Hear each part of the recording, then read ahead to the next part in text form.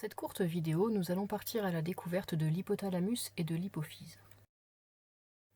Le système nerveux est composé de deux grandes parties. Il y a d'abord le système nerveux central, qui est composé du cerveau et de la moelle épinière. C'est en quelque sorte le chef d'orchestre de notre organisme. La deuxième grande partie, c'est le système nerveux périphérique, que vous voyez ici à droite. Il comprend à la fois les nerfs qui partent du crâne, nerfs crâniens, et aussi les nerfs partant de la moelle épinière qui sont appelés nerfs spinaux. On y retrouve également tous les organes sensoriels, par exemple le nez, les oreilles ou encore la peau. Intéressons-nous maintenant de plus près au système nerveux central et plus spécifiquement au cerveau. Le cerveau est protégé par un ensemble d'os formant la boîte crânienne. Entre cette boîte crânienne et le cerveau, on trouve également un ensemble de tissus que l'on appelle les méninges. La boîte crânienne et les méninges confèrent une protection mécanique vis-à-vis des chocs qui pourraient endommager le cerveau. Maintenant, si on regarde un cerveau débarrassé de la boîte crânienne et des méninges en coupe transversale, on remarque que sa structure la plus externe est plissée. Cela est appelé des circonvolutions et sont caractéristiques de l'aspect du cerveau.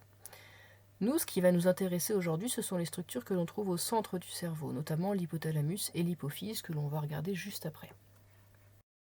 Il faut savoir que le cerveau est organisé en différents lobes. Sur ce schéma, vous voyez le lobe frontal qui est représenté en rouge et qui est situé tout à l'avant. Il est responsable de la parole, de nos raisonnements ou encore de la prise de décision. Juste derrière, on trouve le lobe pariétal, il est en violet. Quant à lui, il est responsable de la lecture, du repérage dans l'espace ou encore de notre sensibilité. À l'arrière se trouve le lobe occipital, en violet. Lui est chargé de la vision.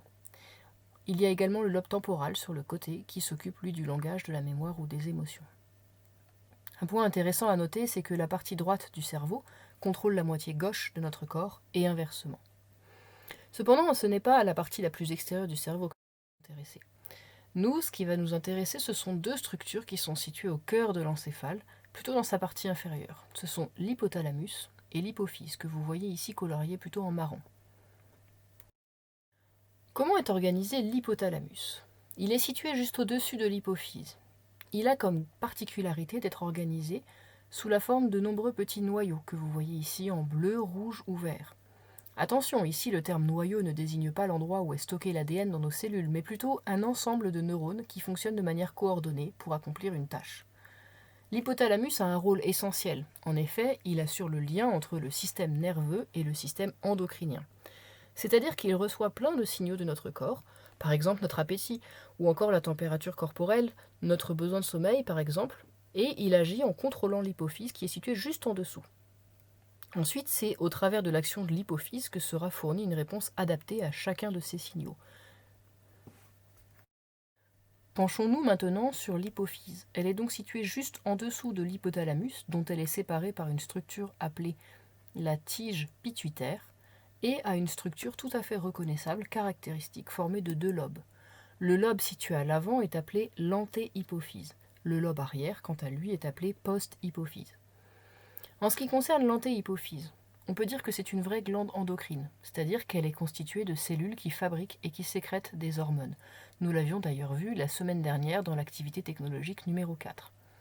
Une particularité de cette glande endocrine qu'est l'antéhypophyse, c'est que certaines des hormones qu'elle libère agissent à leur tour sur d'autres glandes endocrines. Pour illustrer cela, on peut considérer par exemple l'adrénocorticotrophine, qui est une hormone libérée par l'antéhypophyse et qui agit à son tour sur des glandes situées juste au-dessus des reins. Contrairement à l'antéhypophyse, qui donc est une glande endocrine, la post-hypophyse, située à l'arrière, n'est pas à proprement parler une glande endocrine. Par contre, elle contient les extrémités de neurones dont le corps cellulaire est situé dans l'hypothalamus. Ces neurones-ci libèrent des molécules qui ressemblent pas mal à des hormones, mais que l'on appelle neurohormones pour les distinguer. Parmi les neurohormones qui sont libérées par la post-hypophyse, il y a la vasopressine que nous aurons l'occasion d'étudier dans le thème numéro 4 et qui régule le fonctionnement du rein. Voilà qui conclut cette petite présentation de l'hypothalamus et de l'hypophyse, ainsi que leur position au sein du système nerveux central.